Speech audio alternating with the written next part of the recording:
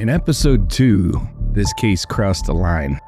It stopped being a reopened file and became a criminal prosecution. A March 7, 2013 grand jury indictment, aggravated murder, child endangering, insurance fraud. A 46-year-old woman arrested nearly a decade after her husband's death, and a now adult son positioned as the state's central witness. That's where we left it, but an indictment is not a conviction. An arrest is not proof. And allegations, no matter how disturbing, are not yet adjudicated.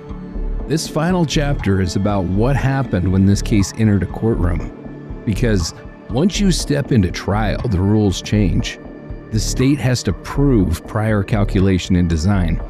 The defense gets to dissect every inconsistency, every delay, every prior statement, every motive. Corey's story, horrific, detailed, and emotionally charged, now becomes subject to cross-examination, and the physical evidence that sat dormant since 2003 gets reinterpreted in front of 12 jurors. This episode is about burden. It's about credibility. It's about whether a decade-old accident could withstand the scrutiny of aggravated murder.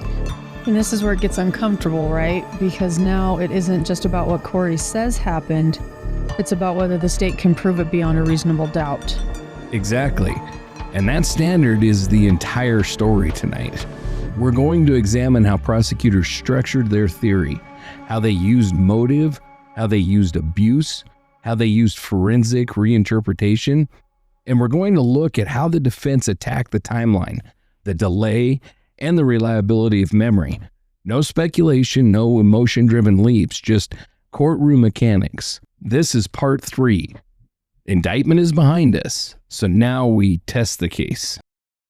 Hey, Angela, how you feeling about this case? And where we're at in this case? I don't like any of the case, so where we're at doesn't matter. This case sucks, man. Not that any of them are good, but... Oh, yeah. Yeah, the day we say, hey, this case is awesome, we should probably retire it.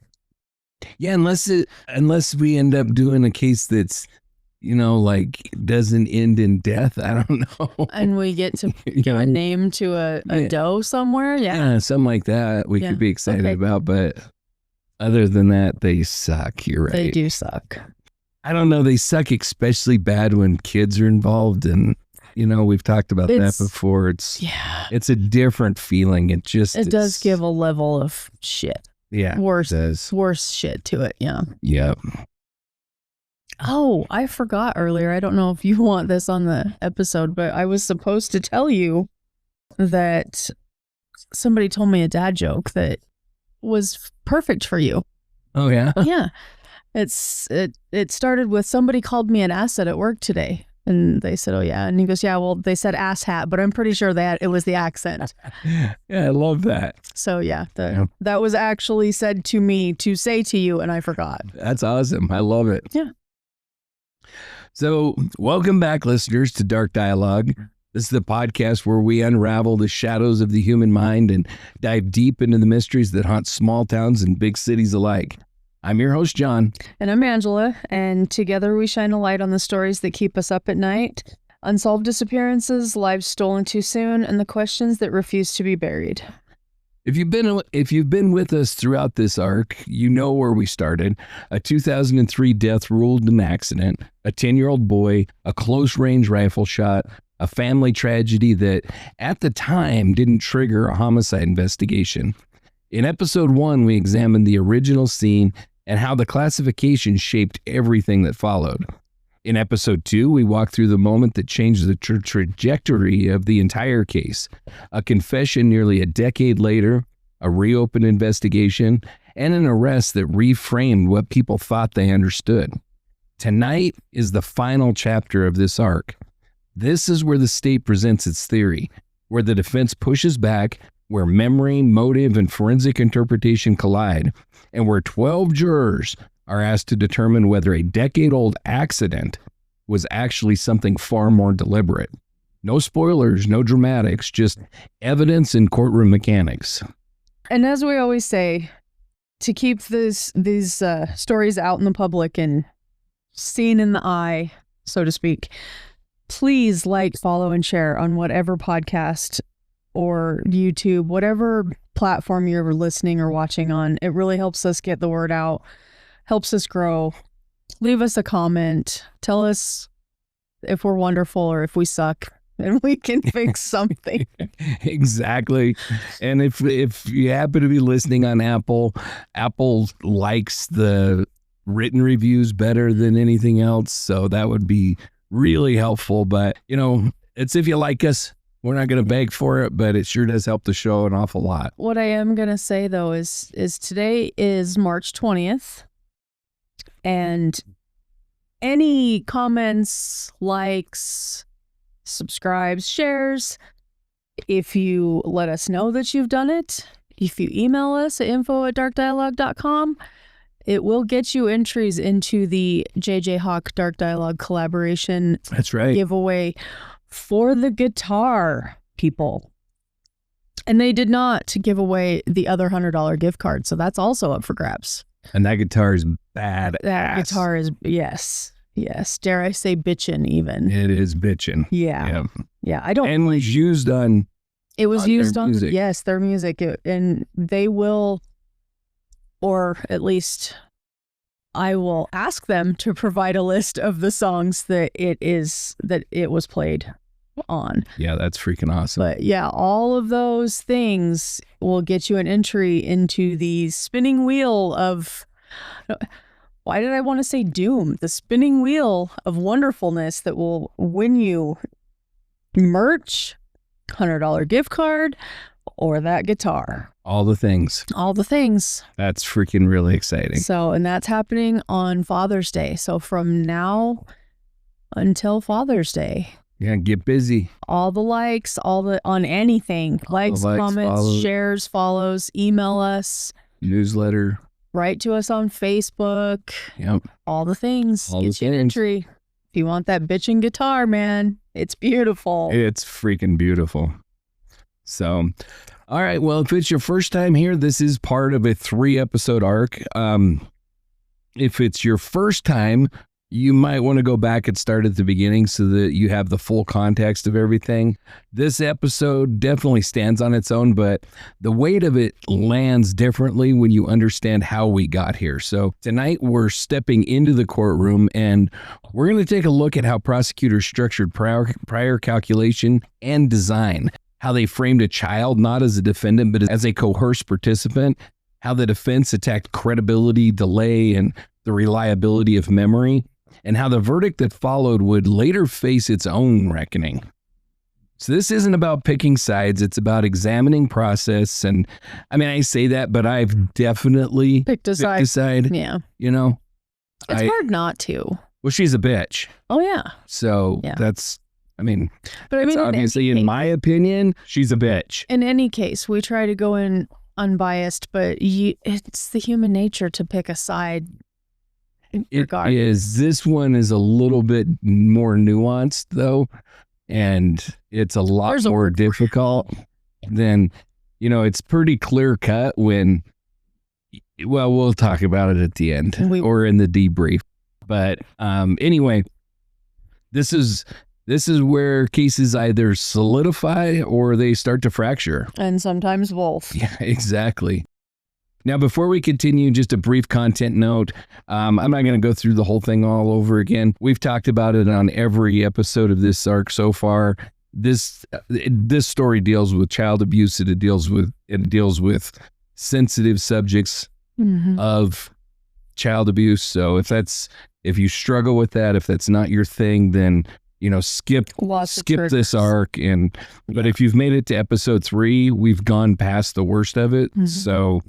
If you've listened to episodes 1 and 2 and you didn't have a kind of a reaction, then you're probably going to be fine from here on out. However, we can redeem ourselves with a Shadow Chats. So if you listen to this and you're feeling a little upset, go listen to a Shadow Chats. 100%. It'll fix all the things. Yep, 100%. I dug and dug and dug for any kind of voir dire Is that what that shovel's for? It is. Okay. Yes. And I couldn't find anything. I don't know any of the voir dire questions. I don't know if any jurors were dismissed or why they were dismissed. I don't know anything about the jury selection process, and I don't know anything about the jury demographics. I don't know how many men, how many women, and none of that was. I couldn't find anything on any Keeping of that close to the vest, are they? Yes. Yep. I wonder why. I don't know. It's in some cases it's kind of a big deal, or in later appellate decisions it comes out as important, and so it's easy to find stuff. And in other cases it's just run of the mill. Oh, okay. But is there a reason they would hide it? No, I mean, there's no reason that they would hide it, but each attorney, the prosecution and the defense both get so many preemptive challenges, and they don't have to give a reason. They can just say, we're gonna get rid of this juror, that juror.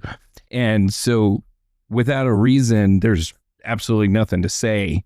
They just dismissed those jurors and never gave a reason for it. As far as jury demographics go, sometimes it's publicized and sometimes it's not. And if it doesn't come up in appeal, if they don't say, I was a black man that was convicted by an all-white jury, then there's like a real reason to look at the jury demographics. Yeah. Then a lot of times it's not part of. I mean, it's just really not a factor in the case. So no news is just normal news. Pretty much, yeah. I think it was just a pretty normal jury selection, probably a pretty normal demographic breakdown. 6 men, 6 women. I'm not saying that's what it was, but right.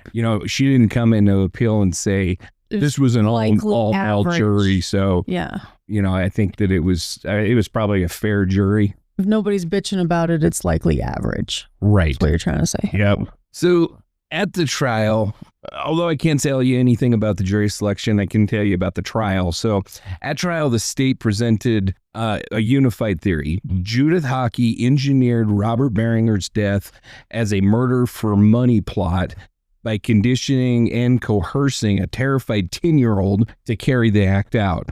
And then she carefully scripted the whole accident narrative that protected her for damn near a decade. So the trial started on October the 28th and went until November the 8th of 2013. And it was in Defiance County Common Pleas Court. And the prosecution obviously had the burden to prove that there was prior calculation and design. And so, their case was that she manipulated a 10-year-old child, used control as a method, which she garnered over years of abuse, daily beatings with a belt, genital beatings, burnings, all the stuff that we talked about, forced into holding the same position and isolating him and humiliating him and all this stuff. Dr. Knox testified about the child torture, and the whole theme of it was this was conditioned obedience. He was basically beat into obedience. And so they framed Corey as a weapon, not as an actor at all. He was just the weapon that she used. And then they also talked about the brain tumor theory, that she told him that his dad had a brain tumor and that his dad really wanted him to kill him, but didn't. That whole weird ass story that you have to be 10 years old to really buy into, but a 10-year-old definitely would, especially one that was already in the state of mind that Corey was in, And basically, in a 10-year-old's brain, it was probably much easier to look at this as some kind of a mercy killing or, what his dad wanted him to do. Sadly. Yeah. She was making him a hero, so to speak. Well, yeah, I mean, she basically put this on him as an obligation to do what his dad was telling him to do, which is bizarre and sick in so many ways. But nonetheless, that was the prosecution's case. And then they said that the insurance was the motive. They talked about the employer policy, Judith was the primary beneficiary of that case. It took her, 20 minutes to claim? It was pretty damn close to that. It was, my sarcasticness. Well, she called the next day. Mm-hmm. So, yeah, it was pretty freaking close to that. And, we talked about it. I'm not going to rehash it, the whole conversation of how much of a payout it was. It was definitely $333,864. There's no doubt about that because that is in the court record. But, like I've already explained, I'm assuming it was a $500,000 policy that paid out that amount just because. But it was purely circumstantial. It focused on the money. And then they also brought up the scene inconsistencies, the gun on the opposite side of the bed, the undisturbed bedding, despite him claiming that he attempted CPR. There was no blood transfer on Corey. The stippling was consistent with a close range shot. And those earplugs that were in Robert's ears that, really showed that Corey wasn't talking to him about hunting or whatever. The pamphlets placed on the bed indicated staging of the scene, obviously. Wait, you don't sleep with pamphlets on your bed? Not usually, no. Okay. Not unless I fall asleep reading them. So the state argued that the evidence was consistent with a deliberate shooting of a sleeping man.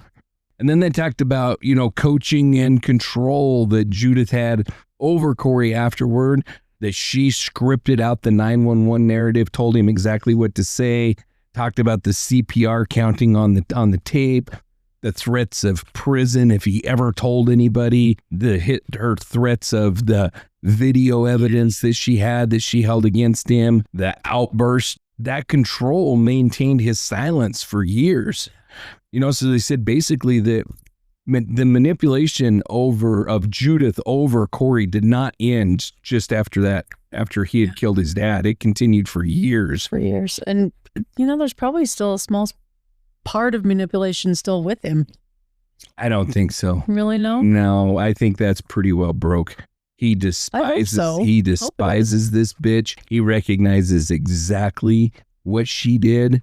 And so, but now to say that there's not some PTSD or that kind of shit, that's not what I'm saying. This kid is going to carry this. He's a man now, but he's going to carry this for the rest of his life. There's no doubt about that. But I don't think that she holds anything over him anymore.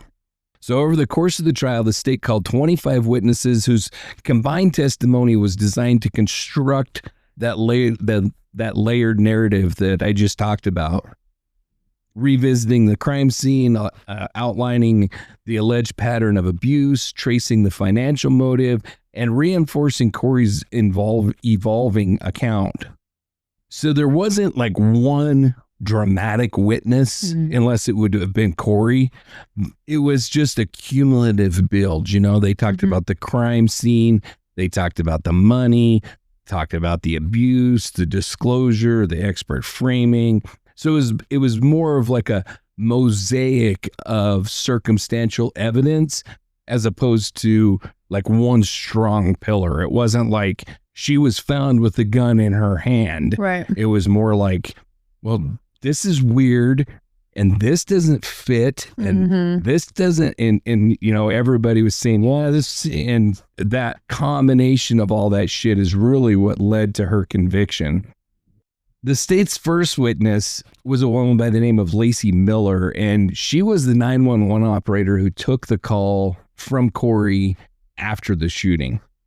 And she testified that she told Corey how to perform CPR and that he was counting out the chest thrusts for her.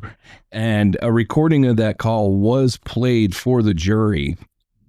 Now, on cross-examination, Miller testified that Corey was very emotional and absolutely freaking hysterical, and told her that he didn't know that there was a bullet in the gun and his father was shot.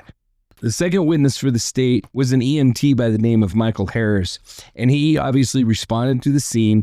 He testified that when he arrived at the scene of the shooting, he saw Corey outside of the house with the deputy. The boy was crying. And when Harris and the other EMTs went into the bedroom, they saw no signs of life for the victim. So they just backed out of the room. They recognized it was a crime scene. They didn't attempt any kind of life-saving measures. It was pretty obvious at that point that he was dead. So they backed out, treated it like a crime scene right from the beginning. He testified that it didn't look like there was any attempt at CPR or any other life-saving measures that had been taken. And then he said that he later saw Judith Hawkey, in the ambulance with Corey. And he said that she repeatedly told Corey to stop crying, which is weird as shit. It is. You just shot your dad and you're like, stop crying. Yeah. Like, I mean, that alone, even if she's 100% innocent of everything, that alone tells me she's a bitch. It's messed up, yeah. And he testified that, in his opinion, she showed absolutely no sympathy towards Corey whatsoever. On cross-examination, he would testify that at the time of the shooting, he did not believe Corey's story. He didn't believe that all the events matched because it just didn't line up with the physical evidence that he saw at the scene. And in his opinion, the shooting was close range, and it did not appear accidental to him. Now, he's an EMT, so, he has no say whatsoever in whether... He's seen some things, so... Right, is all I'm saying is, like, as an EMT, his opinion doesn't matter on whether they investigate, whether they... True.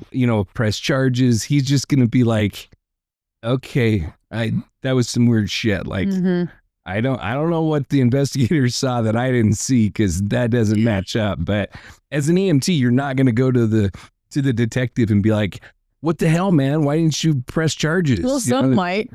Not very likely. Really? No. If you're going to go on to your next call and, you're going to be like, yeah, that was weird. But yeah, I mean, I wouldn't. I feel like there's one or two loudmouths out there that would be like, come on now. I'm sure there probably is, but I think it's pretty rare. It's not your place. Okay. It would be like, as a firefighter, you go into a building and you're like, man, this really looks like arson. And you are trained as a firefighter to look for signs of arson and point that stuff out and everything. But then if they bring in an arson investigator and he says, no, the cause was natural, it was a natural cause, whatever's electrical, it was this or that, you're not going to be like, no, dumbass, it wasn't. No, gotcha. You're going to be like, okay, I guess. I get it. Yeah. I don't necessarily agree, but you're not going to go on the nightly news because you're going to lose your job if you do, period. In emergency services, it have to be clear, like, corruption for, like, one organization to go out publicly against another. It just doesn't happen. Okay. I'm following now. I wasn't with you earlier, but I'm there now. And it's really not like the whole, blue line, no matter what a cop does, you always defend them. Like, it's not like that. It's more like we depend on each other. We're all in this together. You work a crime scene, not a crime scene. You work a scene together. Firefighters, EMS, law enforcement, you're all there together. You rely on each other. It's I don't know the word that includes women, but it's a brotherhood. Yeah. You know what I mean? Like, it's a family. It's everybody's there together, and it's extraordinarily unique. The only other thing that I could maybe compare it to would be military. I think military has that same camaraderie because you literally are depending on each other. It's a machine. To keep each other alive. Yeah. You go into a burning building, that your fellow firefighter, if something happens, they're going to get you out of there.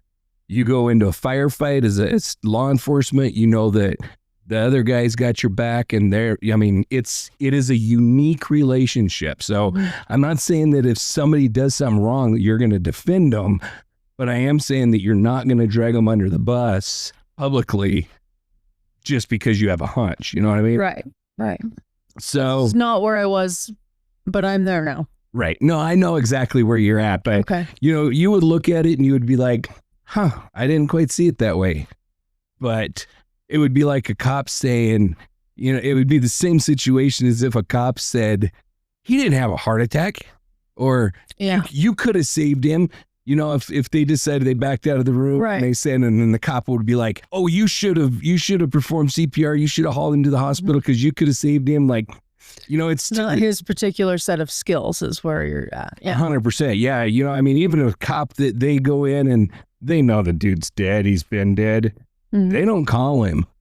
EMS will come and EMS will call him, or EMS will relay on their medical director to call them. Yeah. You know what I mean? It's just like everyone and their dog can tell somebody's not breathing, doesn't have a pulse, but the coroner has to be the one that announces it. Yes. Yep. So then the state called Greg Zimmerman, who was another EMT that had responded to the scene.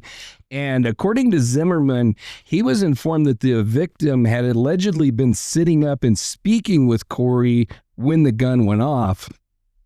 And he testified that it did not appear that anybody attempted CPR on the victim, as was claimed by Corey. And he also testified that he told officers at the scene that the story told by Corey did not match the evidence that he was seeing at the scene. And that Corey had stated to him that it feels like my fault, which Zimmerman found odd. Mm-hmm. And when Hawkey arrived, he testified that she seemed angry. And in Zimmerman's opinion, Corey was upset, but he did not appear to be harmed, and he had no blood on him. And then on cross-examination, he would admit that he did not indicate at the time of the shooting that Hawkey appeared to be angry or lack sympathy for Corey. And then Michelle Potter testified, who was another EMT that came to the scene. She actually stayed with Corey in the ambulance until Hawkey arrived, and she said that Corey was hysterically crying at the time, and she didn't recall seeing any blood on Corey. And although she hugged him multiple times throughout that encounter, she had no blood on her clothing either after the fact. So she would testify that Hawkey was very cold to Corey when she arrived, and Corey appeared to be scared and stopped crying when he was told to. And that's a real indication to me. That's extraordinarily powerful. That's a kind of control that I sure as a shit never had over my kids. Yeah. There were multiple times with my kids that I would say, stop crying. And they would just continue belling. It would make them louder. Yeah. It doesn't, that's an extreme amount of control to be able to just be like, stop crying. And a kid is able to, especially in this traumatic of an incident. Button it up. Yeah. And then she testified that the only thing that Hawkey said to Corey other than stop your crying is, come on. And then Corey left with her immediately. And then on cross-examination, Potter would testify that at the time that she was alone with Corey, he did not tell her that he was being abused, and she saw no indications of abuse on him. But she also admitted that she knew Hawkey from high school and had a low opinion of her, which is a reoccurring theme with this bitch. Yeah. It's like neighbors don't like her. People she went to school with don't like her. Like, there's nobody in this entire case that comes out and is like, this is a real stand-up citizen. Mm-hmm. Like, there's no character witnesses called for this bitch. She's just a bitch. The next witness was Angela Reeve, who was employed with the payroll department of Steel Dynamics. And that's, if you remember, that's where Robert worked. Mm-hmm. And she would testify that Hawkey came into the office the day after the death to complete the beneficiary paperwork. And this surprised her because obviously she didn't expect to see her that soon. The next day. Yeah. Big red flag. Huge red flag. So she testified that the benefits received by Hawkey and indicated that the total, like I have said, was $333,864. And then on cross-examination, she would testify that Robert had applied for the supplemental policies when he was hired in 2000, and that if Robert had lived, he would have earned over $730,000 in the next 10 years. And he would have had health insurance, stock options, dental coverage, vision coverage, 401k, college scholarships for his children. And she also testified that Robert had signed all the forms and that Hawkey had no involvement in the process, which is important because, like I had said, Corey was explicitly line itemed out of this policy. Yeah. So that means that Robert did that. So then next came the law enforcement testimony. Kevin Fackler testified.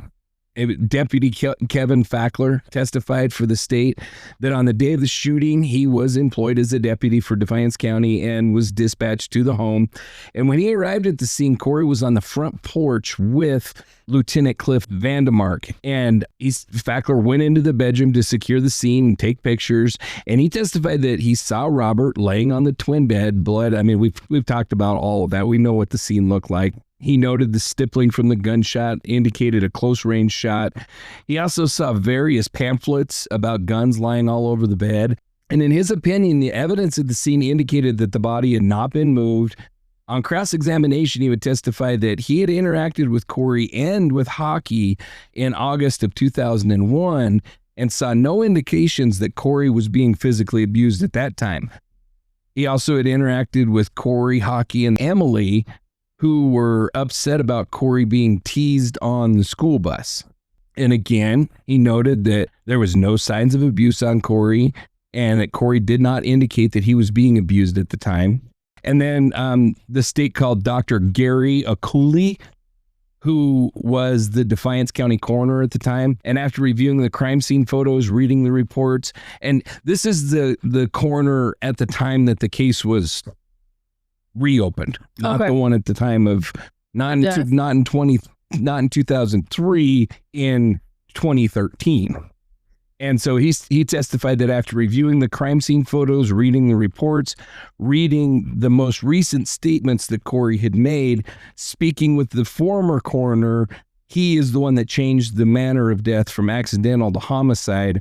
And on cross-examination, he would admit that he changed the certificate at the request of the prosecutor, and it was solely based on the new statements that were made by Corey, even though he had never spoken to Corey. And then the state called Ronnie Philpott, and if you'll remember, Ronnie Philpott was the gentleman, him and his wife, the neighbor that took Corey in, and he testified that during the time that Corey was with them, he didn't see Corey out around, or during the time of the shooting, and when Corey was a kid, he never saw Corey out in the neighborhood with the other children. But when Corey decided to leave Hawkey's home, he came to live with the Philpotts. Then, we talked about the whole suicide attempt and everything that happened during that period of time that he was living with the Philpotts. Then they called the English teacher, who talked about the English paper that she had assigned and, what Corey had written and everything. They talked to Lauren Beck, who was the teacher that Corey met at the baseball game and then later confessed to. And she talked about that whole encounter and how all of that played out. They called, the other teachers from Corey's childhood who testified about how he always wore long sleeves and, they had seen bruises on him and all of that kind of stuff. In any weather, long sleeves? Yeah, pretty much all the time. They talked to Deputy Vandemark, who, if you'll remember, he was not only the deputy that was on the scene that day in 2003, but he also just happened to still be on the department when Corey later testified, and then he was the investigator that worked to reopen the case and everything. So, and they just, they called other neighbors and other people that talked about, the odd dynamics of the house, how Corey was never seen outside, how the neighbors frankly didn't like Judith, and putting it nicely. Yeah. I mean, they, the one said that she used foul language. She had a low opinion of her, and none of them, like I said before, came out and was like, she was awesome. I don't know what, everybody's like, yeah, she's a bitch. We don't like her. She's a ray of sunshine. And, they talked about how Corey would, wasn't playing with the other kids. And it's the same. It was the same with every neighbor said kind of the same thing. It was just, he was the odd dynamic. Doing chores. Exactly. Yeah. And he would have to get up and shovel the drive and stuff before he went to school and all of that kind of stuff. And then they called Dr. Knox, She was the 14th witness for the state. Dr. Knox is a board-certified child abuse pediatrician. And so she then testified that Corey was a victim of child torture. She defined child torture as, quote, an extreme form of child abuse that includes multiple elements of abuse, physical abuse, psychological abuse, in more than one form and many times neglect, end quote. And so she talked about how Corey had told her that he was very threatened by Hawkey from the time that he met her, and that she would consistently hit him with objects, belts. I mean, we're not going to go through the whole child abuse thing again, but we can say that it's going to become important. This testimony by Dr. Knox is going to become very important. And so I'm not going to go through the whole testimony. We can pretty much guess what she said, but she definitely testified that she believed Corey. Okay. I will say that on cross-examination, Dr. Knox did admit that there was no scientifically accepted definition of child torture, and that it was merely an idea that she had, which had yet to be formally accepted by any medical community. And she also admitted that she was not a psychologist or a psychiatrist and had not reviewed all of the medical records from when Corey was a child. But according to Knox, she was hired by the prosecutor to investigate the case, and that she'd never testified for defendants, only for the state. She also referred the prosecutor to a psychologist who was hired by the state to testify in the case. And then Catherine Connell testified that she was employed as a child and adolescent forensic interviewer for the FBI. We talked about her, and I mean, God bless people that can do that, because I couldn't freaking do it. Yeah. I mean, I would interview one child, and I would go out as a vigilante. Like I would leave the room and go hunt down the son of a bitch and beat him to death or something. I know better than to put myself turn in you that into Dexter Morgan. Yeah, pretty much. But she said that she interviewed Corey on October 17th, 2012, and that according to her, Corey's interview disclosures to her were generally consistent with his prior statements to other interviewers. On cross-examination, she admitted that Corey did not disclose any sexual abuse by his grandparents, being forced to eat feces, being choked until he passed out, or being forced to take cold baths during his interviews with her. And then they had like people that were in relationships with Judith previously. They had Corey's grandparents testify. I mean, family. I'm not going to go through each one of those. It's just going to become very redundant, but you kind of get the idea. The next really important one, though, is Dr. Ann Salter. And she testified that she is a clinical psychologist with a master's degree in child studies, and that she interviewed Corey at the request of the state. And during the interview, she was not concerned with using leading questions because Corey had already been interviewed multiple times. So she tested Corey for psychopathy, but did not find any kind of issues with him whatsoever. She diagnosed Corey with post-traumatic stress disorder and determined that he feels detached from other people, has issues trusting women, and sustaining any kind of feelings towards them. Yeah, no kidding. Surprising this poor kid ever was able to get married, have kids, anything like that. He's grown through a lot. A lot. She also said that he had issues with hypervigilance and reckless behavior. She testified that her diagnosis was based on, what Corey had told her and all that kind of stuff. And that in her opinion, there was no reason for Corey to kill Robert other than Hawkey telling him to do so. Right. There was no claims of abuse from his father or anything like that. Except for what Judith painted when she made him act a fool in his room and record it. Right, but Dad hated him, and I think that was probably true. Whether he hated him or not, I don't know, but I think it was probably true that, their relationship had fractured. Yeah. And the theory that that's Corey... the thing that Corey would have seen is Dad suddenly doesn't love me. Right. At least felt that way. I can't talk for Robert. I don't know. Well, yeah, but none of us can. I mean... The insurance policy speaks volumes to me.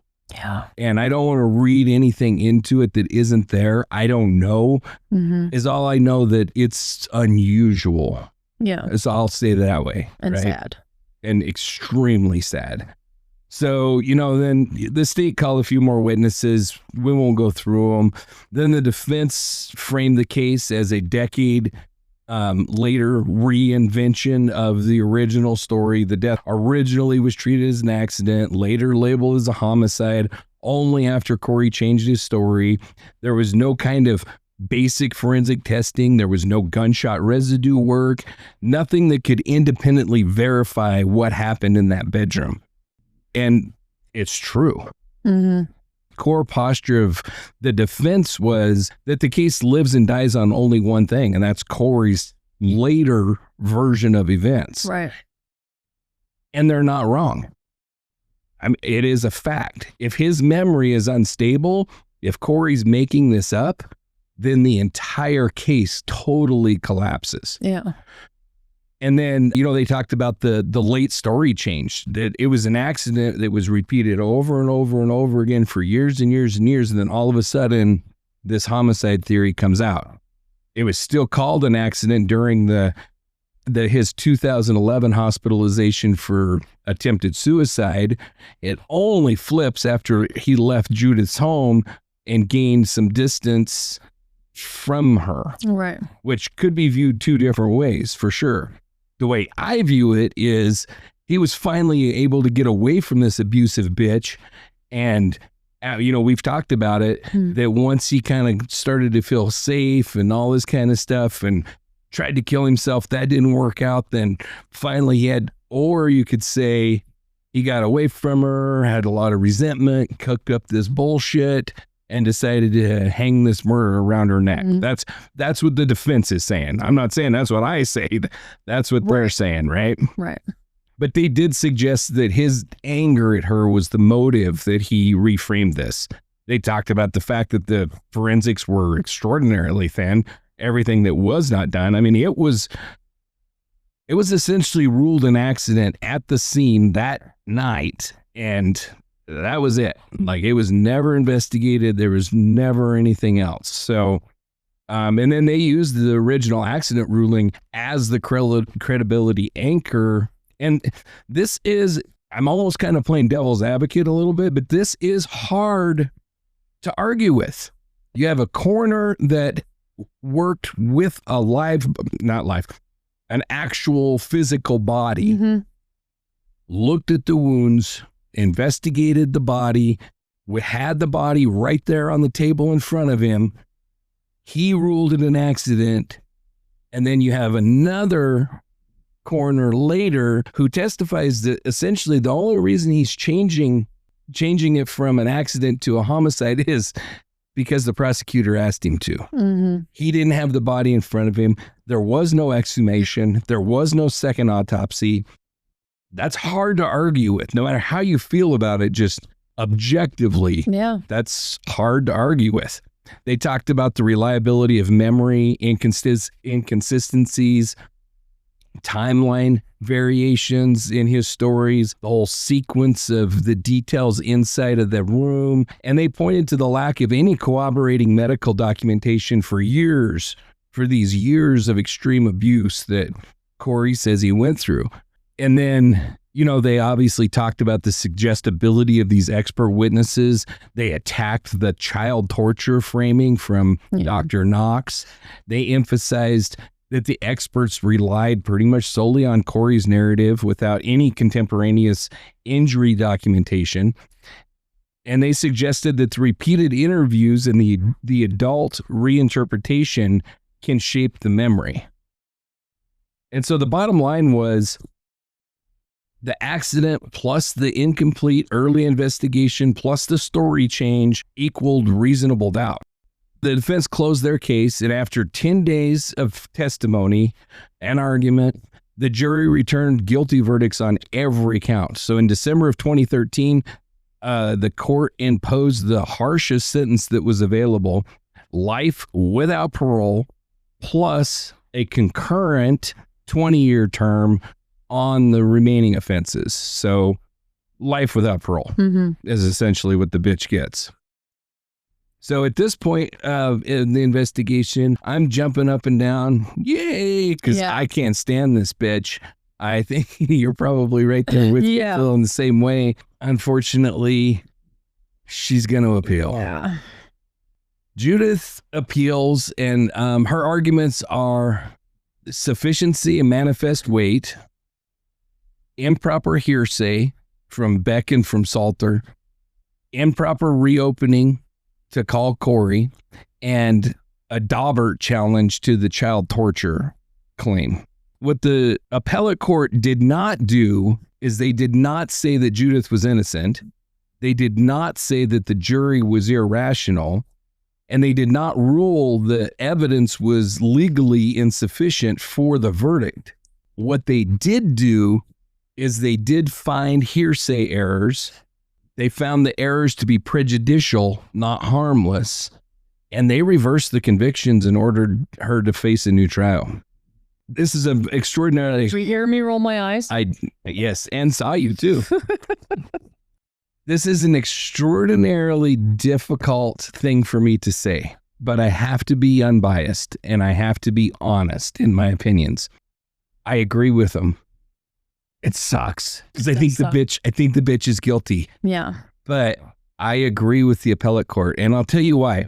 There's an exception to the hearsay rule, right? Which is an excited utterance, which essentially means you're still under the influence of the trauma of the crime, and you excitedly utter something right there. Like if Corey would have that night, while he was under the trauma, say he's in the ambulance with the EMT and he excitedly utters something, that would be an exception to the hearsay rule.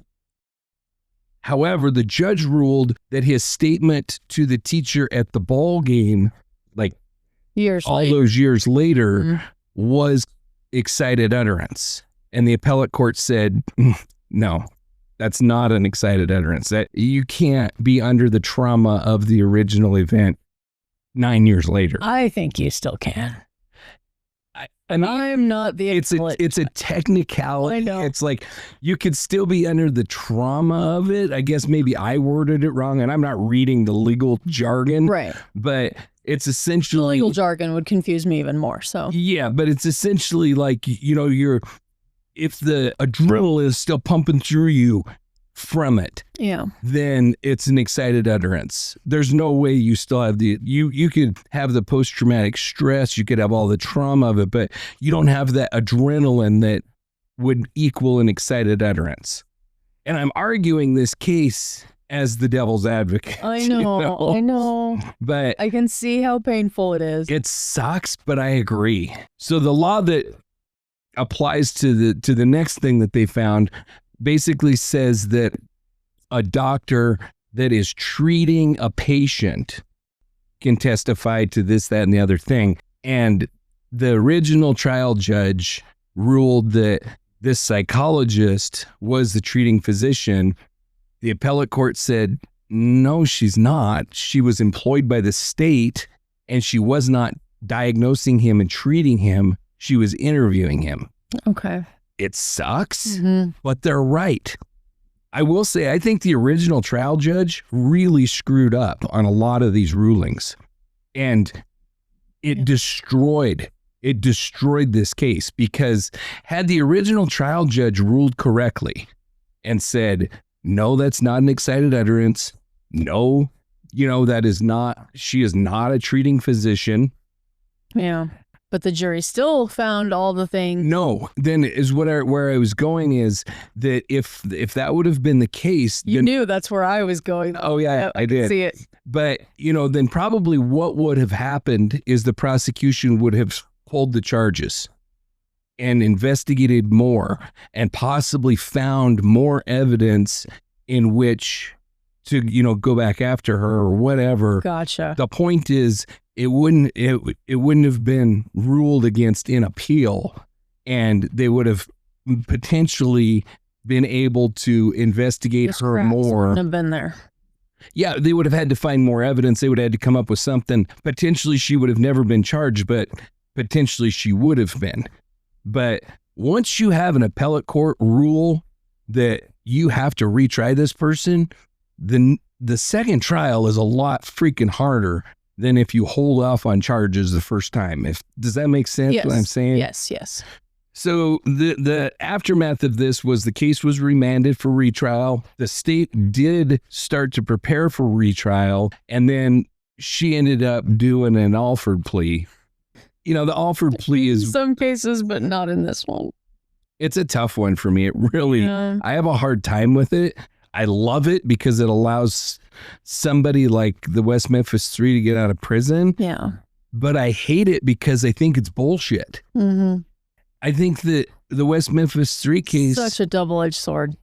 Well, yeah, I mean, it's because there's this problem in our justice system of when somebody's clearly innocent, we still don't want to let them out of prison. Mm-hmm. That's the problem. Yeah. I hate the Alford plea. Because you gotta have a body for something. Yeah, I mean, it just sucks.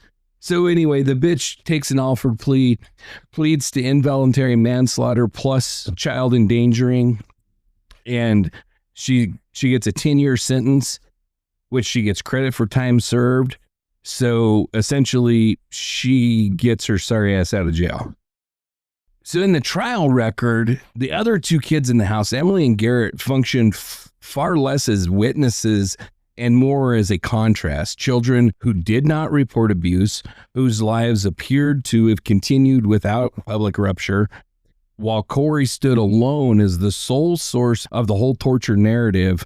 The appellate court later described as weakly corroborated. They did talk about that, and then, I mean, and we talked about that. It's extraordinarily difficult. It sucks, but to build an entire case on it does. But to build an entire case on the testimony of one person, that's hard to do. It's hard to do. Yeah. And if I'm fair, which I really do try to be, then I have to say I would be screaming to high heaven if I felt that Judith was innocent and that she was convicted on the testimony essentially of one person, or one person plus a whole bunch of people that thought she was a bitch. Because I didn't expect you to say that. Well, it's true, because all the neighbors or schoolmates, everybody said this woman's a bitch. Yeah. But then I got to put on the other shoe, the fair shoe, and say, okay, everybody said that Damien Echoes was a Satanist that was dancing around in witchcraft and doing all this shit. And had black hair. And when you watch Paradise Lost, you're like, they're just convicting this kid because he wears Metallica shirts. If I'm gonna be fair, I gotta say, if I felt Judith was innocent, I would be like, they're just convicting this woman because her neighbors didn't like her. Yeah. It sucks. It sucks. It does. It really does. But, I mean, it is what it is. There just wasn't any evidence. And so I don't know where Emily and Garrett ended up. I have no idea where their lives went after Judith was convicted. It's extraordinarily hard to find details on minors. They have never really been publicly present. They haven't really come out and done interviews or anything. I'd be hiding if I was them. Yeah, I wouldn't want nothing to do with it. I mean, I really wouldn't want anything to do with it. So I don't know how they feel. I don't know if they feel their mom's guilty, and I have no clue. None. Obviously, instead of serving life without parole for aggravated murder, like I personally feel the bitch deserved, Judith completed her reduced sentence following her Alford plea and is now living under, or actually, I think she's completed everything. You were going to say she's living under a rock where she belongs. Actually, I was going to say under her parole supervision, but yeah, under a rock where she belongs would fit pretty well. But I think she's completely done with everything. She moved back to the same area. Which I think is ballsy as shit. Oh, man. How could you? Yeah, exactly. I don't know how you could do that. Yes. Mm-hmm. So ballsy. It's arrogant. It's disgusting. I mean, I will say that she hasn't really come out publicly about this, which, a lot of people I feel, write books and try to get movies made and that kind of shit, which pisses me off. She hasn't really done that. She's kept a pretty low profile.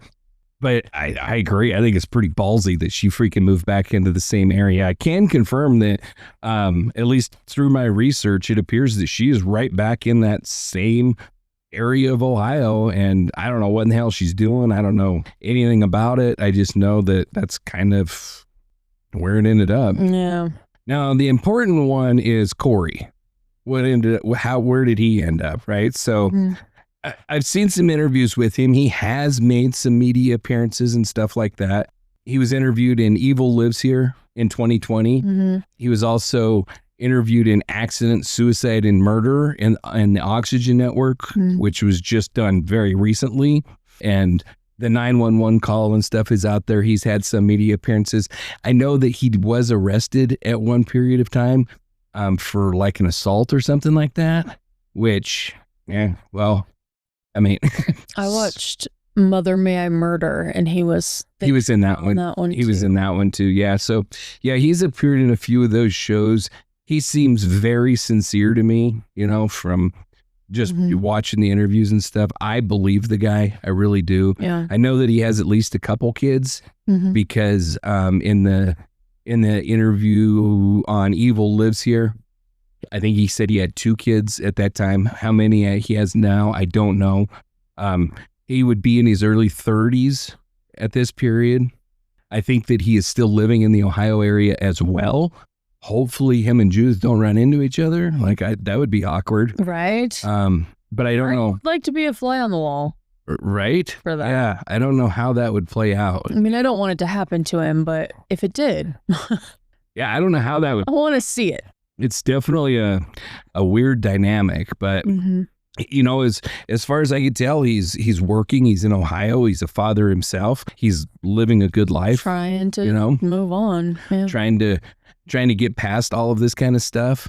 There's not a lot outside of the interviews that he's done and the shows that he's been on and stuff like that. There's just not a lot out there about him. So that's all I know. That's all I can tell you. The case sucks. Everything about it sucks. Like you said, sucks is the word of the night. It's the word of the night. Robert Lee Breininger, a father, a man who went to sleep in his own home and never woke up. On January 31st, 2003, Robert lost his life. Whatever version of events you choose to believe, whatever theory you land on, a man's life is still gone. But this case does not end there, because a 10-year-old boy walked out of that bedroom alive, and he carried what happened for the rest of his life. Whether you see him as manipulated, whether you see him as responsible, or whether you see him as both, Corey Breininger was a child inside that house. And whatever happened in that room did not end in 2003. It followed him. It shaped him. It defined him. Robert is the man who lost his life, but Corey is the child who lost his innocence. This is Point of No Return by the J.J. Hawk Band. And this is Robert Breininger and the long shadow that followed his son, Corey.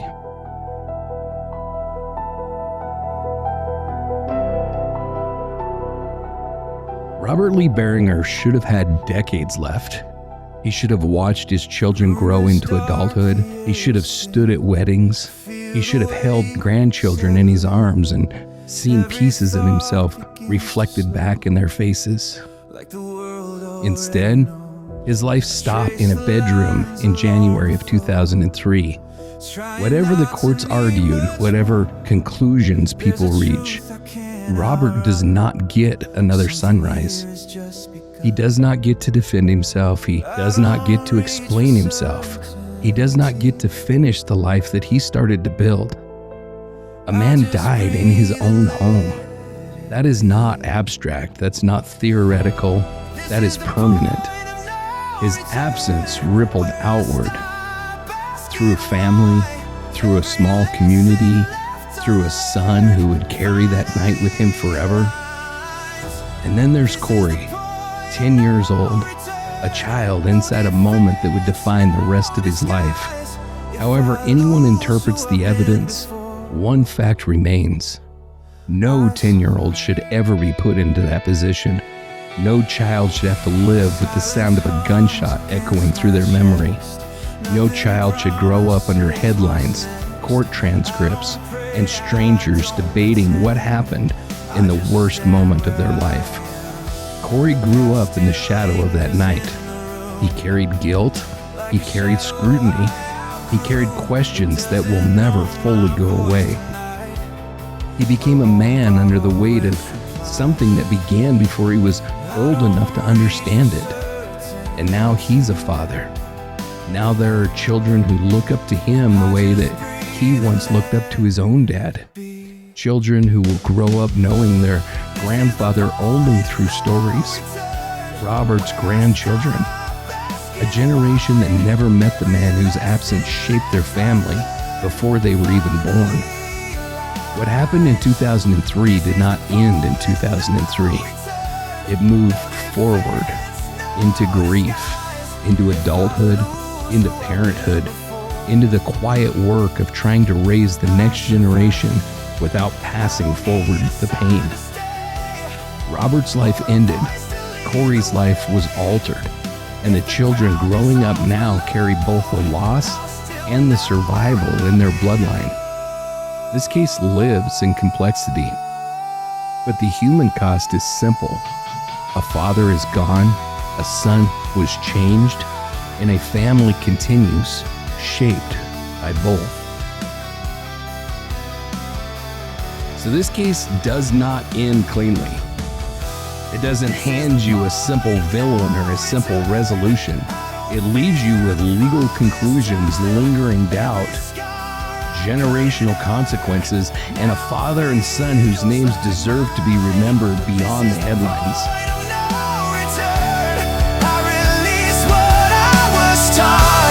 If the cost is everything, I'm not lost.